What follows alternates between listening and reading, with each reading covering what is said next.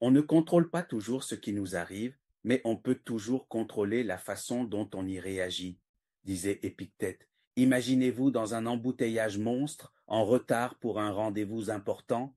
Vous pouvez klaxonner, pester contre les autres conducteurs et vous énerver, mais cela ne changera rien à la situation.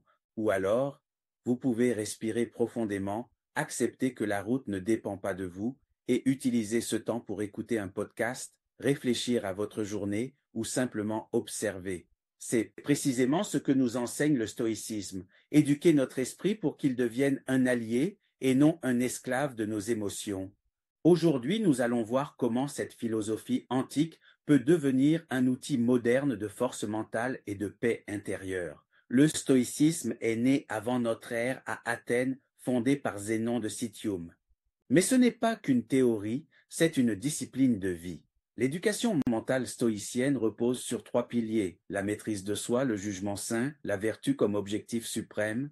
Maîtrise de soi, les stoïciens ne cherchent pas à supprimer les émotions, mais à éviter qu'elles dictent leurs actions. Par exemple, Sénèque conseillait de différer toute décision importante lorsque la colère monte, car aucun homme en colère n'a jamais pensé clairement. Jugement sain, ce n'est pas l'événement qui nous trouble, mais l'interprétation que nous en faisons. Marc Aurèle écrivait dans ses pensées: si tu es affligé par une chose extérieure, ce n'est pas elle qui te trouble, mais ton jugement sur elle. Vertu comme objectif suprême, la vertu, vivre avec justice, courage, sagesse et tempérance, est la seule véritable richesse de l'âme. Tout le reste, argent, santé, réputation, est considéré comme indifférent. Les exercices mentaux stoïciens. Le stoïcisme est avant tout une pratique quotidienne. Voici 4 exercices puissants: le contrôle des perceptions. Imaginez-vous préparer un voyage et penser aux retards possibles, aux pertes de bagages ou aux changements de météo.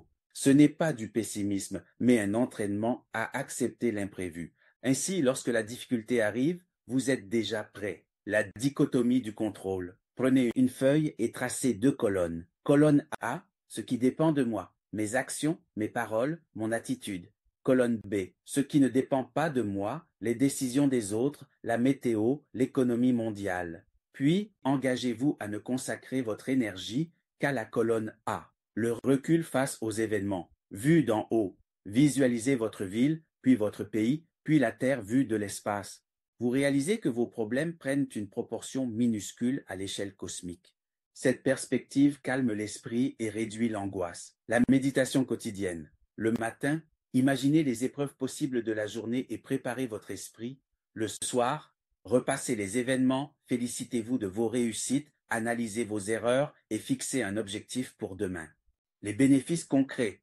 Pratiquer le stoïcisme transforme votre rapport au monde.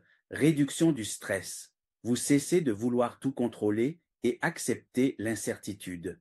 Clarté décisionnelle. Vous prenez des décisions sur la base de la raison, non des émotions. Force face aux injustices. Vous ne perdez pas votre énergie à combattre l'incontrôlable. Alignement moral. Vous agissez selon vos principes, même si c'est difficile. Par exemple, dans un conflit professionnel, le réflexe stoïcien consiste à rester calme, écouter et répondre avec justesse plutôt que par impulsion. Comment appliquer le stoïcisme aujourd'hui dans la vie professionnelle? Face à un collègue critique, ne pas réagir sur le ton de la défense. Observer, analyser et répondre de façon constructive. Prioriser la qualité du travail plutôt que la recherche d'approbation. Dans la vie personnelle, accepter que vos proches puissent avoir des défauts ou agir selon leurs propres croyances. Cultiver la gratitude pour ce qui est déjà là plutôt que de courir après ce qui manque. Dans les crises, lorsque la pandémie de Covid-19 a bouleversé le monde, un esprit stoïcien se concentrait sur l'adaptation quotidienne. Prendre soin de soi, protéger les autres et continuer à avancer malgré les contraintes. L'art de vivre stoïcien. Le stoïcisme n'est pas une philosophie froide ou détachée. C'est un art de vivre qui nous apprend à rester debout dans la tempête, à garder le cap malgré les vents contraires. Ce qui trouble les hommes, ce ne sont pas les choses, mais les jugements qu'ils portent sur ces choses. À partir d'aujourd'hui, essayez un exercice simple. Ce soir, notez une difficulté rencontrée dans la journée, puis demandez-vous comment un stoïcien y aurait réagi. Répétez cet exercice pendant 7 jours et observez comment votre regard sur le monde commence déjà à changer.